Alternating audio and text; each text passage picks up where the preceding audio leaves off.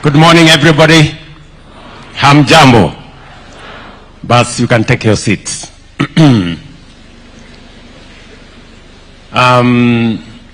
Mr. Deputy President, all the other leaders present here, members of consulting firms, our construction companies, and the people of the moment, interns in the construction industry. Everybody, I want to welcome you this morning to this very important occasion. I am very happy, truly, that we are having this meeting. When I see the men and women here, professionals from the construction industry, professionals who are planners, surveyors, quantity surveyors, engineers, whether they are electrical engineers, they are mechanical engineers, structural engineers, people who work in the ICT space, and the host of professionals that are represented here today. I am very proud that indeed the housing program is maturing, and we have professionals, we have workers, we have companies, we have consulting firms in the equation. And let me begin first by saying that this moment is a very consequential moment, so to speak. Very consequential because our country, Kenya, I remember when we went out for the campaigns, one of the single most asked matter by citizens was the millions of young people who get out of school, get out of college, get out of universities, and there isn't a concrete plan on how and where they are going to work. And it was one of the issues that has always been discussed in this country.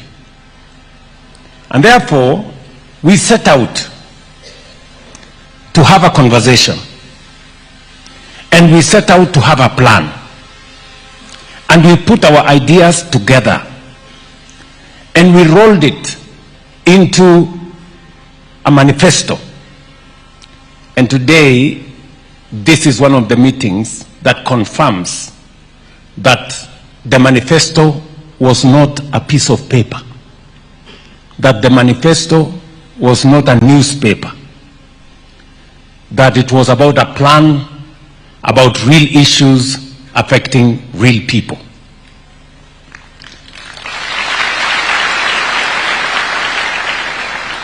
My very able deputy has told you that we had to set the base. We had to put together the foundation upon which we were going to run all our other programs. And that foundation was the soundness of our economy. I know the conversation about the economy sometimes looks too lofty and sometimes in very strange figures and language about inflation, about GDP, and all the other things. But let me just put it simply, that we had a very serious challenge as a country in 2022. of the 5 countries in Africa that everybody believed globally that they were going to default on their foreign financial obligations, Kenya was among them, because we had the largest Eurobond debt of $2 billion. And so everybody expected that Kenya was going to default. And indeed, of the 5 countries that everybody expected to default, 4 defaulted. Kenya did not. Yes. And I say so proudly because it is us, the people of Kenya. It is the government of Kenya. It is the professionals that we have in this country that we sat together, figured out, eliminated what was not necessary, removed unnecessary subsidies in fuel, in unga, in all manner of places, cut down on expenditure. I remember we had to reduce the budget. We went to parliament. We reduced the budget by 300 billion Kenya shillings. And it was tough, you know. But those decisions we made, difficult as they may have been, necessary because they were, made our country escape the shame of defaulting on our foreign obligations. We have since built a firmer foundation. We have made the necessary decisions. Today, I can confidently stand before this gathering and before the people of Kenya that our economy is way different from what it was in 2022. Inflation has come down from 9.6% to 4.5%. Our dollar exchange rate that had gone all the way to 165, today it is 129 and coming down. Just watch this space in the coming months. Our foreign exchange reserves that had come down to almost 2.5 months of import cover, about $7 billion. Today, our foreign exchange reserves has risen to $12.3 billion, the highest in Kenya's history. These are numbers that I am not telling you. These are numbers that are available in any financial metrics. Our economy has grown, and now we have overtaken Ethiopia, we have overtaken Angola. We are now the 6th largest economy in Africa. That is Kenya, by the way, just in case you are wondering which country I'm talking about. Yes, that is Kenya. The one that I hear some politicians say is a failed state. I think the failure is not in Kenya, the failure is in their small minds.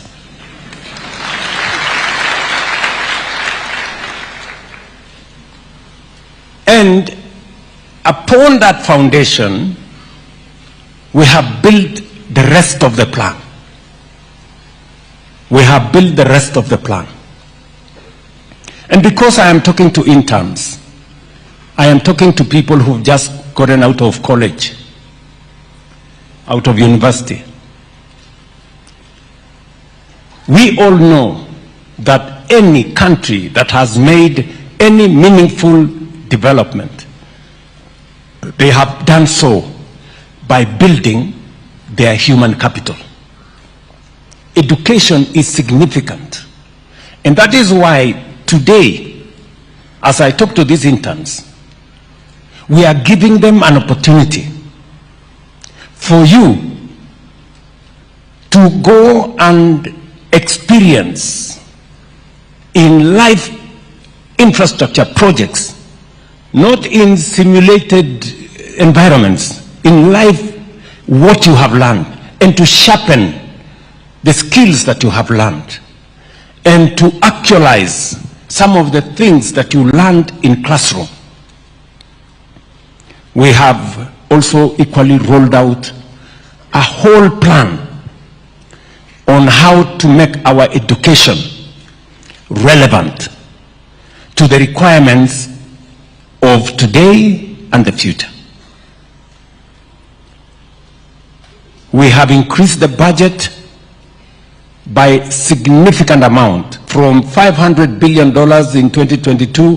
This year, these members of parliament will tell you, we have a budget of $702 billion for our education sector. Why are we doing that? Because education is important. I see some people try to talk about education. And I want to tell them, in 2022, we had huge challenges in the education sector. We had a chronic shortage of teachers. We had a chronic shortage of classrooms. 21 of our universities were technically insolvent because of funding challenges. Most of our TVETs had serious problems because of funding. I stand here today to tell you that we have sorted out all those issues. Number one, we have hired, as of this January, 100,000 teachers in the last 3 years. No other administration in Kenya's history has done so. We have built 23,000 classrooms. And we have provided resources under our new student-centered model that does not give money to a university. It makes sure that every student is assessed as a student, and we give them scholarships on the basis of need and merit. And ask any vice chancellor today, ask any vice chancellor, they will tell you they can now pay salaries, they can pay their suppliers, they can even pay taxes, and the universities are getting out of insolvency. That is important. We have presided over two very important transitions when we set up the competence-based education, which I believe in 100%, because we must reform our education so that it is in tandem with the requirements of the future. And when we designed the competence-based education, it was supposed to make sure that education does not just be about formal learning and passing exams and that kind of thing. It was about transferring skills, creating knowledge, and making sure that we prepare our human capital for what is right and what is necessary for us to move Kenya to the next level. Today, exams have ceased being a life and death sentence. You accumulate part of your final result over time. Exams today only account for 60%. 40%, everything else accounts for it. There was a time exams were managed by the police because it was life and death. We have removed the police from managing exams. exams is part of learning. It must not be a life and death issue. So, and I'm saying we have presided over 2 transitions from primary school to junior school, and this month from junior school to secondary school. And I did say yesterday that no child should be denied an opportunity to be in class. Why? Because we have provided the resources for them to be taught. For the first time in our schools, capitation that normally gets to schools a month or 2 after schools open, we made sure that capitation was available in school before our students reported in class. And we provided the highest amount, 44 billion. And therefore, if we have provided money for teaching, and we pay the teachers, and we have the classrooms, there is absolutely no reason why anybody would keep our children out of school. And we have said we are going to look into this uniform issue, because uniforms are beginning to be another source of corruption. Some schools charge as high as 38,000 for uniforms. You know? And therefore, I have directed that there is no child who will be kept out of class because of uniform. Even if they have the uniform for the junior school, they can transition to secondary school with that uniform as they wait for the parents to organize themselves. So we are going to work with all the stakeholders, the other stakeholders, to agree so that we don't erect additional impediments to access to education. And that brings me to this meeting. Why are we here? We are here because the people of Kenya told us that among the most serious challenges we have as a nation, in every home, there is a child who has finished Form 4 or college or university, and yet they don't have a job. And because we spend 700 billion shillings every year on education, we must equally think on what happens when the pipeline through education gets out. What do? And that is why we designed a concrete, practical, intentional, deliberate program on how to create jobs in Kenya. We have a program running today which we are calling export of labor. And when I talk about export of labor, I am not talking about brain drain. I am talking about Kenyans who go to work abroad for 2-3 years, gain a different experience, and bring it back home and use it to develop our own country. We have 530,000 young people who have gone from Kenya to different parts of the world. Today, they are monetizing their knowledge, their skills, their expertise, their talents, and our remittances in Kenya has gone up by $1 billion, $1 billion. It was 3.8 billion in 2022. Today, it is $5.2 billion every year.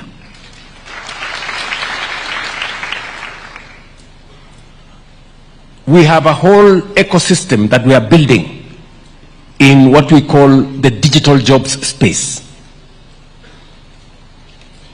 We have spreading our fiber optic across Kenya. We've done 30,000 kilometers. We want to do 100,000 kilometers. We've gotten better engagement with business process outsourcing companies.